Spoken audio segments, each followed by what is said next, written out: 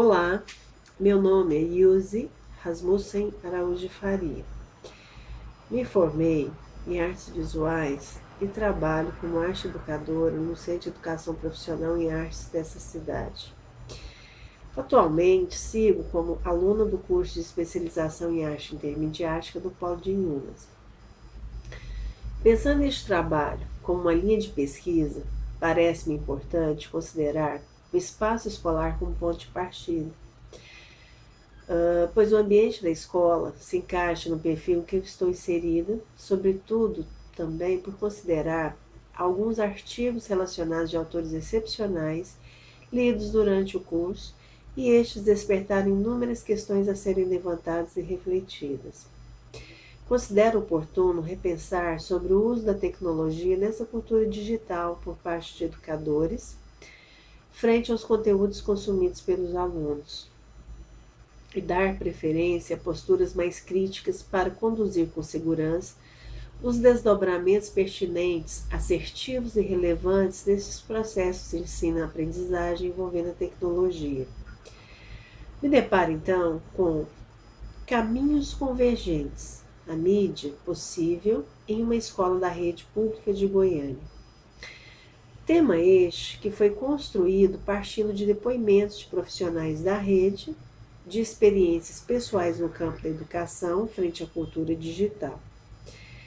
A direção inicialmente pensada foi a de me ater nos entraves, nas dificuldades enfrentadas principalmente pelo educador, no seu campo de atuação.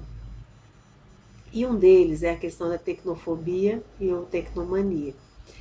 A princípio, estes aspectos pareciam ir de encontro a toda uma inquietação coletiva, no que tange ao uso do computador, do recurso tecnológico, na educação, com abertura à cultura digital. Mantive o intento de abordar estes pontos por me identificar de certo modo, considerando minha experiência e a de outras colegas com perfil levemente tecnofóbico em sala, e nas informações que contribuíssem para melhorar nossa relação com as inúmeras mídias disponíveis dentro da prática cotidiana.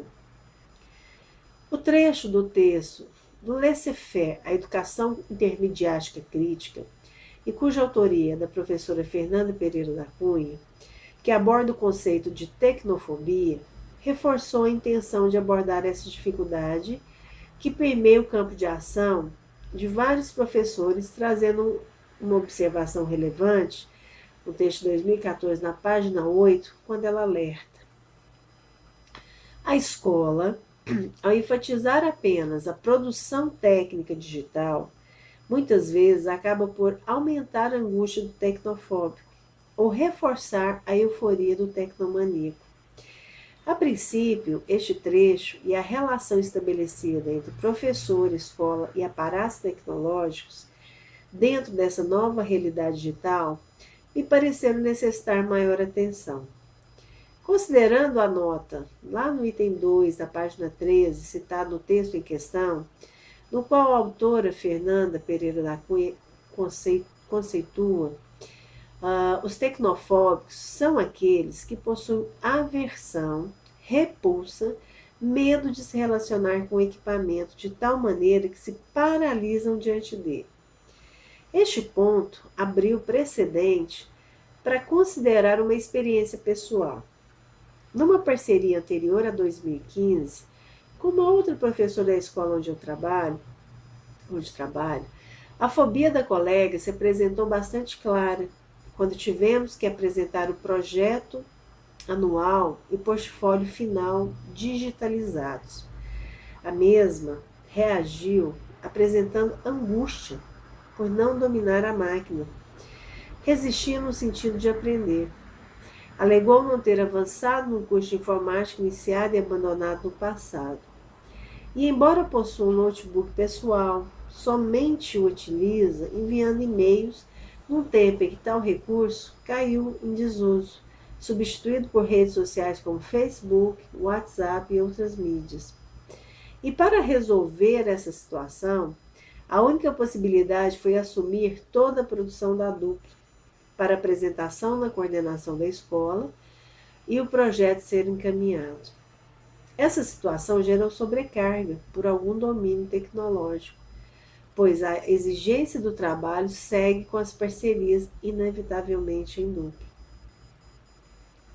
Seguindo adiante e repensando o impulso inicial de dirigir este trabalho, levantando a questão da tecnofobia, com o intuito de alcançar soluções para tal problema e minimizar obstáculos dentro do cotidiano escolar, vislumbro outro caminho ao ler o artigo do Boletim Técnico do SENAC, do volume 35, da autora Silvana Lemos, e o tema Nativos Digitais versus Aprendizagens, um desafio para a escola.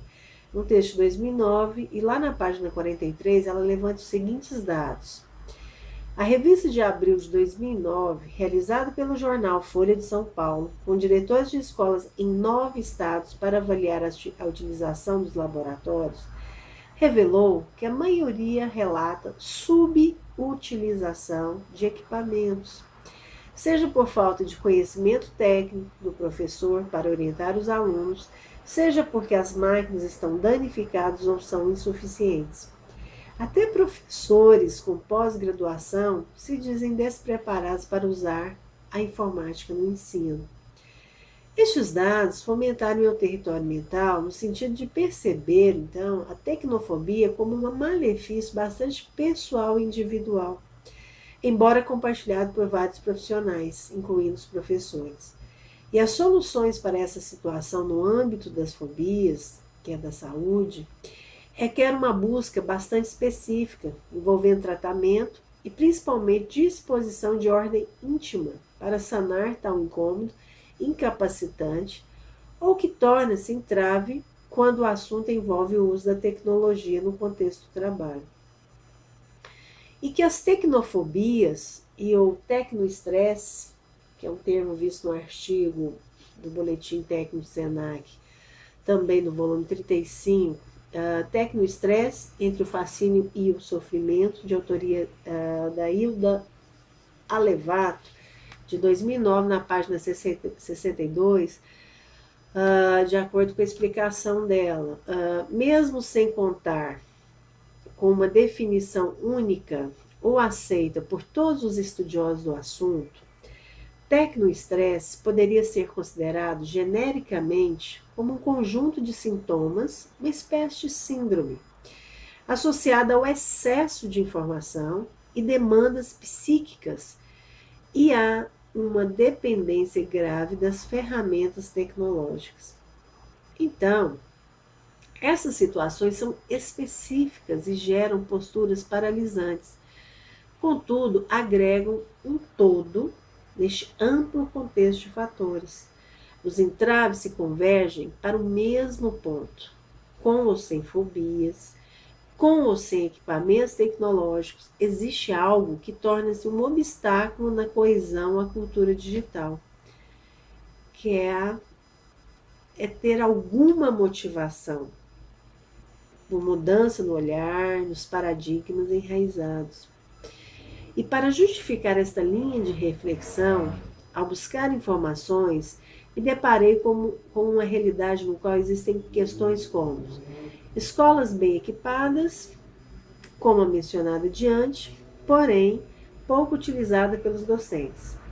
Professores que resistem por inúmeros motivos, dentre eles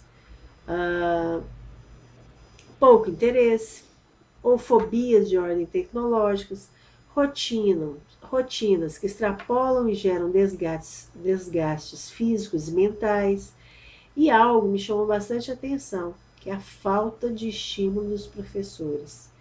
Então, minha pesquisa acabou por seguir o caminho de tentar levantar os aspectos estimulantes, motivadores, frente à nova realidade tecnológica, para, enfim, alcançar outro patamar no qual auxilie a classe docente a superar a própria dificuldade e encarar este novo contexto com mais segurança e envolvimento. Busco suporte em artigos, depoimentos que comprovem a eficácia quando ocorre abertura para a prática digital e seu uso no contexto escolar. Partindo desse pressuposto, parece-me relevante a tarefa de buscar dados contundentes no contexto da escola. Tal caminho escolhido foi reforçado diante da experiência atual na Escola Municipal Itamar Martins Ferreira, na cidade de Goiânia, sobre os aspectos que trazem resultados satisfatórios com o uso da tecnologia nas aulas de arte e história, considerando os depoimentos das professoras destas áreas, com algumas experiências iniciadas neste campo da tecnologia, aliada à aula e à escola como um todo. Para complementar este tema, há que se levantar alguns aspectos que justificam a pesquisa. Ao ler o depoimento do Dr. Fernando Azevedo, em que relembra Ana May Barbosa no seu livro Interterritorialidade, cujo trecho cita em seu texto de 2014, na página 4, no qual essa autora analisa que vivemos na era inter. Estamos vivendo um tempo em que a atenção está voltada para a internet, a interculturalidade, a interdisciplinaridade, a integração das artes e dos meios como modo de produção e de significação desafiadores de limites, fronteiras e territórios. Então, a reflexão ela seguiu ampla no sentido de procurar atores, contextos, todo um leque de reações, posturas proativas, assertivas, inerente à nova realidade tecnológica, a nova realidade tecnológica e seus resultados mais consideráveis. Neste ponto, apresenta as experiências de campo de professoras da rede de ensino público dessa cidade, com seus depoimentos relevantes sobre o uso da informática em suas aulas e os aspectos importantes dessa prática na relação ensino-aprendizagem com seus alunos e no espaço escolar. Inicio, então, com o depoimento da professora de arte, Cristina dos Santos Rosa, das turmas GS, HS e IS, correspondente às antigas sexta, sétima e oitava séries, com alunos entre 11 e 15 anos, do turno matutino da escola da rede municipal acima mencionada, num bairro relativamente nobre dessa cidade. Os profissionais contam ao seu favor com um laboratório de informática, cujo aparato disponibilizado, de acordo com o depoimento do profissional de informática que atua neste espaço, no caso o senhor Antônio Manuel de Faria Rasmussen, cujo aparato se encontra, de acordo com as afirmações dele, em 2 salas informatizadas. Em uma delas, 2 TVs de 40 polegadas para apresentações de vídeos, com 18 computadores de mesa, 3 notebooks, 2 datashows, 2 impressoras a laser. Em outra sala, para alunos com necessidades especiais, o aparato contém uma impressora com cópias em braille, 2 scanners com voz, para deficiência auditiva, mouse com câmera embutida para visualizações com deficiente visual, teclado em braille, 2 impressoras a laser, 2 notebooks e aparatos tipo jogos didáticos, que é para deficiência na fala e na coordenação motora. Segundo afirma o profissional de informática, a utilização das mesmas ocorre com frequência por parte das professoras de arte e de história e uma pedagoga na sala para portadores de deficiências distintas. O senhor Antônio, como é chamado, considera que os demais servidores dessa unidade utilizem poucos recursos disponíveis. Acredita que tal situação esbarra na falta de motivação para desenvolver o trabalho de forma diferenciada, pois entende que se o recurso fosse melhor explorado, evitaria uma rotina de aulas sem inovações. Parte então de questões como: quais os entraves para sua utilização plena? Quais seriam os benefícios de agregar tais recursos nas aulas? No qual as professoras generosamente disponibilizaram informações citadas mais adiante, contribuindo com algumas respostas. Outro aspecto que direciona este tema está no texto Arte, Educação e Cultura, também de autoria de Ana May, Barbosa, quando reflete o papel da arte no desenvolvimento cultural, na página 2. Não podemos entender a cultura de um país sem conhecer sua arte. Sem conhecer as artes de uma sociedade, só podemos ter conhecimento parcial de sua cultura. Através da poesia, dos gestos, da imagem, as artes falam aquilo que é história, a sociologia, a antropologia, etc., não podem dizer porque elas usam outro tipo de linguagem. A discursiva, a científica, que sozinhas não são capazes de decodificar nuances culturais. Dentre as artes, a arte visual, tendo a imagem como matéria-prima, torna possível a visualização de quem somos, onde estamos e como nos sentimos. Contemplando o que nos relembra sobre o papel da arte nas reflexões de Ana May Barbosa, a experiência da professora de arte dessa escola abordada acima, no caso a docente Cristina, aponta aspectos positivos quando há junção de arte e tecnologia em suas aulas. De acordo com o relato de experiência ocorrido no início de 2005, segunda-feira, quando propôs aos alunos na faixa etária entre 14 e 15 anos que pesquisasse uma música do cantor e compositor Tim Maia no laboratório de informática da escola. Essa professora encantou-se com os desdobramentos que partiram de uma simples pesquisa musical, integrando o conteúdo que dizia respeito ao estudo da história da música.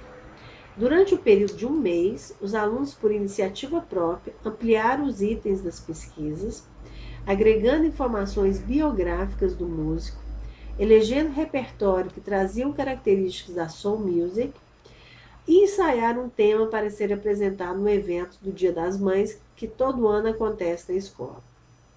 A professora Cristina relembra o fato com bastante orgulho, pois tal mudança na postura e na atitude dos alunos diante das atividades rotineiras da escola normalmente ocorre de maneira menos frequente, sem tanto entusiasmo. Diante deste relato, poderia analisar que a mudança de atitude seguiu baseado no aspecto da liberdade da manipulação do recurso, no caso a internet, e no prazer pela capacidade de permissão da escolha, partindo dos próprios estudantes. Arrisco-me a associar a experiência da professora Cristina, relembrando o depoimento do professor Robervaldo Linhares, um texto recebido agora em 2015, na página 5, quando reflete. É interessante que talvez em 10 segundos de música vocês já sabiam em que local estávamos. Estamos agora com outra noção importante de ethos, ou seja, aquele espírito que anima uma coletividade. Se eu colocar uma música nordestina, a gente vai perceber a diferença, um jazz, um blues, um rock, um samba. No nosso exemplo aqui, um tango, rapidamente nos remete a certa geografia, que no caso aqui eu vou chamar de ethos, espírito que anima uma coletividade. Ou seja, o que quer dizer com isso tudo é que a arte é feita socialmente. Neste caso, os alunos da professora Cristina, eles criaram uma expressão artística coletiva, feita socialmente. Atenderam uma solicitação social, que era o evento do Dia das Mães, e criaram partindo de uma geografia adolescente, irreverente, ethos, algo que demonstrasse a identidade deles. Seguindo para a experiência da professora, e aí a gente segue também para a experiência da professora de História Maria Donizete, Aparecida Alves, que é da mesma escola abordada, e essa nos enriquece, pois comprova que outra disciplina, senão a arte, pode decodificar nuances culturais quando aliada às mídias, principalmente aliada às mídias. Essa professora, que domina alguns recursos tecnológicos, tem por objetivo ir além da sala de aula, pois teve a iniciativa guerreira de criar em 2010 um blog para a escola. O objetivo demonstrado em seu depoimento e experiência foi tentar despertar na classe docente os benefícios em apresentar à comunidade, em geral, o trabalho realizado no espaço da escola, envolvendo todos, professores, alunos e direção. Contudo, esbarra, segundo avalia, na falta de cultura dentro da própria categoria em considerar este recurso, no qual os mesmos se beneficiariam, em certo sentido, da divulgação do trabalho realizado. A mídia, neste caso, poderia tornar-se aliada numa linguagem favorável do registro e da aprendizagem da história construída neste contexto escolar. Sua bagagem cotidiana traz recursos como a criação de um jornal, que abriu precedente para a criação do blog desde 2010. O endereço é http://em.itamarmartins.blogspot.com.br, que a mesma tenta manter atualizado, enfrentando a falta de internet que ocorre em sua casa, no qual acessa de um dos locais de trabalho os períodos em que está em outra escola. Essa professora, segundo afirma, lamenta a falta de maior envolvimento dos colegas, pois entende que este espaço poderia contribuir ainda mais com o trabalho realizado por todos. Entretanto, afirma que, embora às vezes sinta frustração por mantê-lo atualizado por iniciativa própria, pois inúmeras vezes, segundo conta, tentou repassar esta função. E apesar dos contratempos, pretende dar continuidade e jamais existir o intento de envolver os demais. Intenciona deixar este legado após sua aposentadoria no final de 2015. Para fechar esse depoimento, recorto parte de um trecho do texto O Computador na Educação, de autoria do professor universitário, projetista e gestor de redes, José Maurício Santos Pinheiro, membro da BICSI Ourside IEC, que foi postado em 2009 no blog da professora Maria Donizete, que contribui com as reflexões apresentadas. A presença dos computadores nas escolas é inevitável, tendo em vista que essa tecnologia se tornou um objeto sociocultural integrante de uma parcela crescente da sociedade. Tal tecnologia estimula a busca de mais informação e de um maior número de relações entre as informações, além de promover a cooperação entre seus usuários. As redes de computadores, principalmente a internet, representam um ponto de ruptura no modelo pedagógico tradicional e exigem dos professores, dos estudantes, das instituições e até mesmo da família uma mudança de comportamento com relação ao ensino e aprendizagem. Lembrando o percurso seguido até o momento sobre o cenário tecnológico em uma escola da rede municipal dessa cidade, finalizo este depoimento sugerindo que vários fatores frente à cultura digital convergem para o mesmo ponto.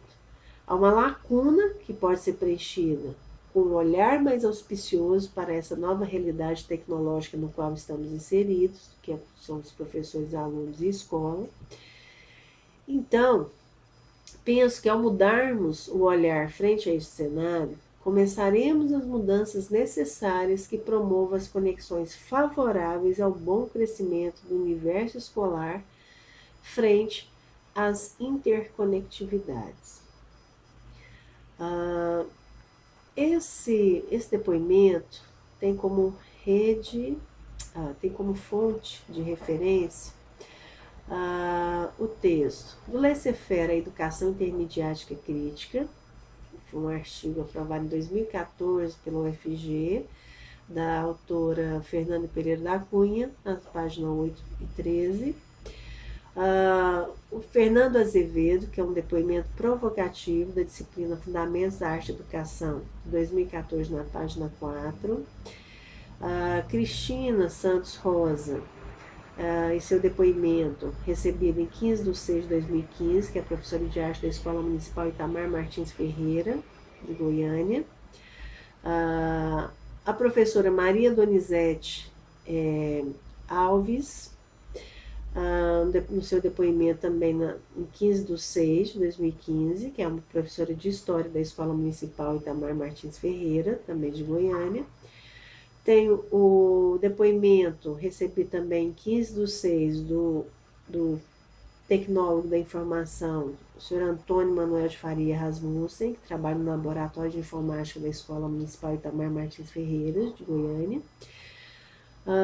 O texto Arte, Educação e Cultura, o papel da arte no desenvolvimento cultural, de 99, na página 3, de Ana May Barbosa. Tem um depoimento provocativo da disciplina Interterritorialidade, Aspectos Conceituais sobre as Artes Expandidas, do Robervaldo Linhares, recebido esse texto em 2015, na página 5. Tem o endereço eletrônico, que é o http://www.senac.br/conhecimento/boletim técnico do Senac, que são edições anteriores, volume 35, número 3, setembro a dezembro de 2009, e nós temos Nativos Digitais versus Aprendizagens, um desafio para a escola, de Silvana Lemos. Tecnoestresse entre o fascínio e o sofrimento, da Hilda Levato. Tem o texto O Computador na Educação, postado em 2009 no blog, de autoria de José Maurício Santos Pinheiro. E ele foi postado no endereço do blog http://em.tamarmartins.blogspot.com.br, de 2009 a 2011. E o tema é o computador na educação. Espero que esse depoimento abra vários caminhos para mais pesquisas e que atenda a expectativa, né, do tema, que é esses novos caminhos que convergem, né, mídias possíveis na rede municipal.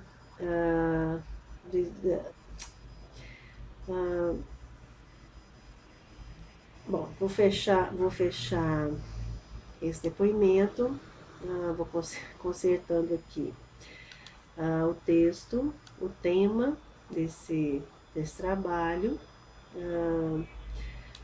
caminhos convergentes, a mídia possível em uma escola da rede pública de Goiânia. Então, todo esse trabalho tem por objetivo ampliar, né, as informações dentro desse universo. Até mais. E até qualquer hora. Tchau.